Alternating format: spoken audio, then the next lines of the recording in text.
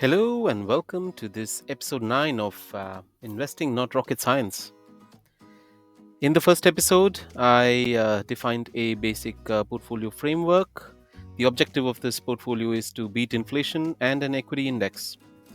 The value of this investment is 1 million US dollars, and I'm looking to invest into equities and bonds. And I plan to actively manage this portfolio without the use of leverage, with a time horizon greater than 5 years. My investment universe are the developed and the emerging markets, and the benchmark is the MSCI Investable Market Index.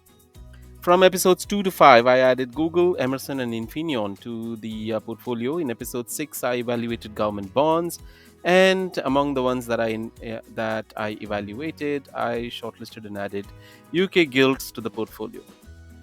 There was a portfolio update, and post which I looked at automotive stocks in episode 7 and added BMW to the portfolio.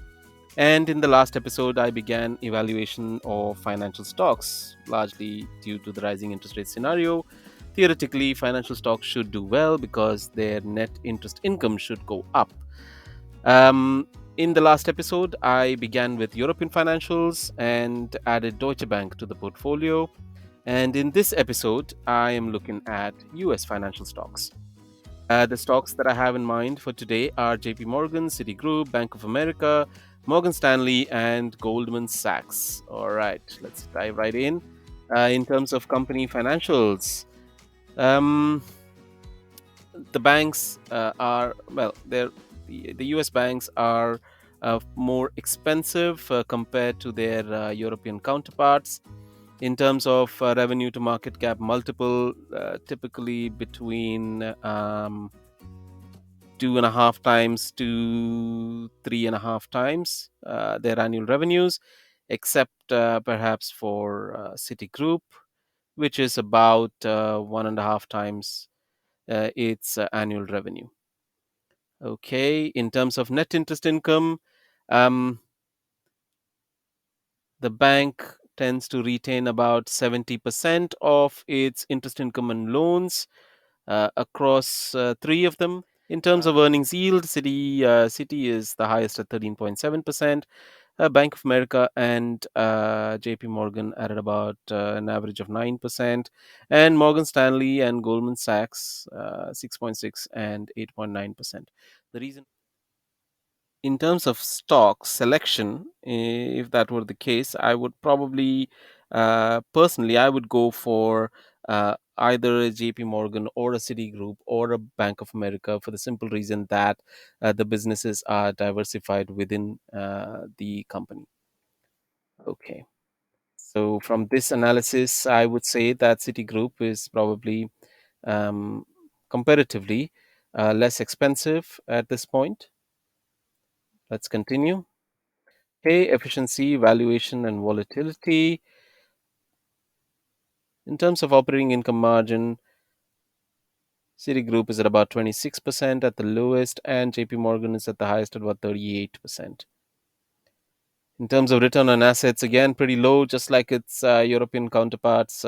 It's slightly higher because the interest rates are higher on the US dollar, between 0.6% and 1% for JP Morgan. PEG ratio, all negative, which means that there's a declining trend in the earnings. However, Citigroup has fallen the least, followed by Goldman Sachs. In terms of price earnings ratio, JP Morgan's at about 11, Citigroup is at about 7.3, Bank of America at about 10.5, Morgan Stanley at 15, and Goldman Sachs at about 11. Price to tangible book, all in the range of 1.3 to 2.1, Citi being the lowest at about 0.6. Okay, again, from this perspective, I think Citigroup is comparatively a better pick at this point. Let's continue. Let's look at some trends. Okay, let's look at revenue growth. All the banks are looking at declining trends in revenue growth rates starting 2021. Only JP Morgan and Citigroup may have seen a end to this declining growth trend. They're the only ones which are currently trending upwards slightly. We're not sure whether this may come back down or continue to move upwards. So that remains to be seen. Okay, in terms of net interest income, rising interest rate scenario, and obviously the revenues are rising for JP Morgan, Citigroup, and Bank of America. Bank of America and Citigroup pretty close to each other, around 50 billion, and JP Morgan's at the highest at about 62 billion. Okay, non interest income. Right, JP Morgan again is at the highest. It's seen some decline in the last quarter or so. All banks have seen the decline. Um, I think there's some potential here for Citi to probably bring this non-interest income upwards closer to uh, Bank of America, just like the interest income. All right, so JP Morgan has the highest non-interest income and Citigroup is at the lowest. Okay, moving along, operating income margin. All of them are declining, probably because of provisions towards loan losses. Let's see. Well, Citigroup's at the lower end here at 26% operating income margin, and JP Morgan's at the highest at about 38%. Okay. Yep. So provision for loan losses peaked in 2020, started falling up to 2021, and has been going up since. So that's probably the reason why the operating income margin has been falling in this period. Okay. Fair value and upside potential. Looked at Com's comparative fair value using Investing Pro and the analyst targets and their estimate of the fair value. From this perspective, I can see on an average of the two, Citigroup and Bank of America are, closely tied.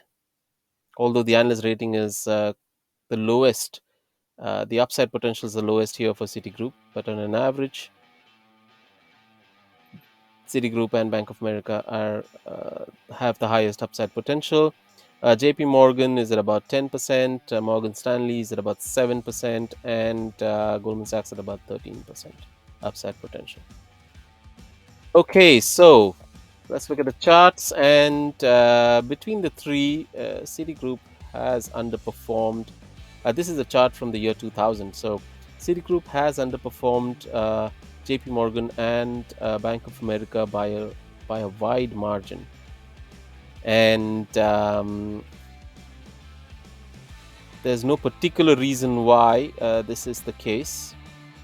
It's quite an attractive stock, I think, from the evaluation that I've done right now. And there is upside potential. However, it's still stuck in this range since the beginning of the financial crisis. So I'm going to put JP Morgan, Bank of America, Morgan Stanley, and Goldman Sachs in the watch list. And I'm going to relook at Citi after the next analysis, in which I will look at Asian financials and do a comparative there and see if I would add Citigroup to the portfolio or if there would be one of the Asian financial stocks that I would look at instead. All right, so at this point in time, there's no portfolio action. Adding Deutsche Bank to the portfolio was the last one. And in the next video, I will look to evaluate Asian financial stocks. All right, this is Investing Not Rocket Science, a series on building and managing an investment portfolio. None of this is expert advice. I'm just learning alongside you. Thank you very much for watching. You can connect with me through our website or YouTube or social media channels, and these are the links. And please do visit our website for the full disclaimer and terms of use. Okay, thank you very much once again, and I look forward to seeing you in the next video.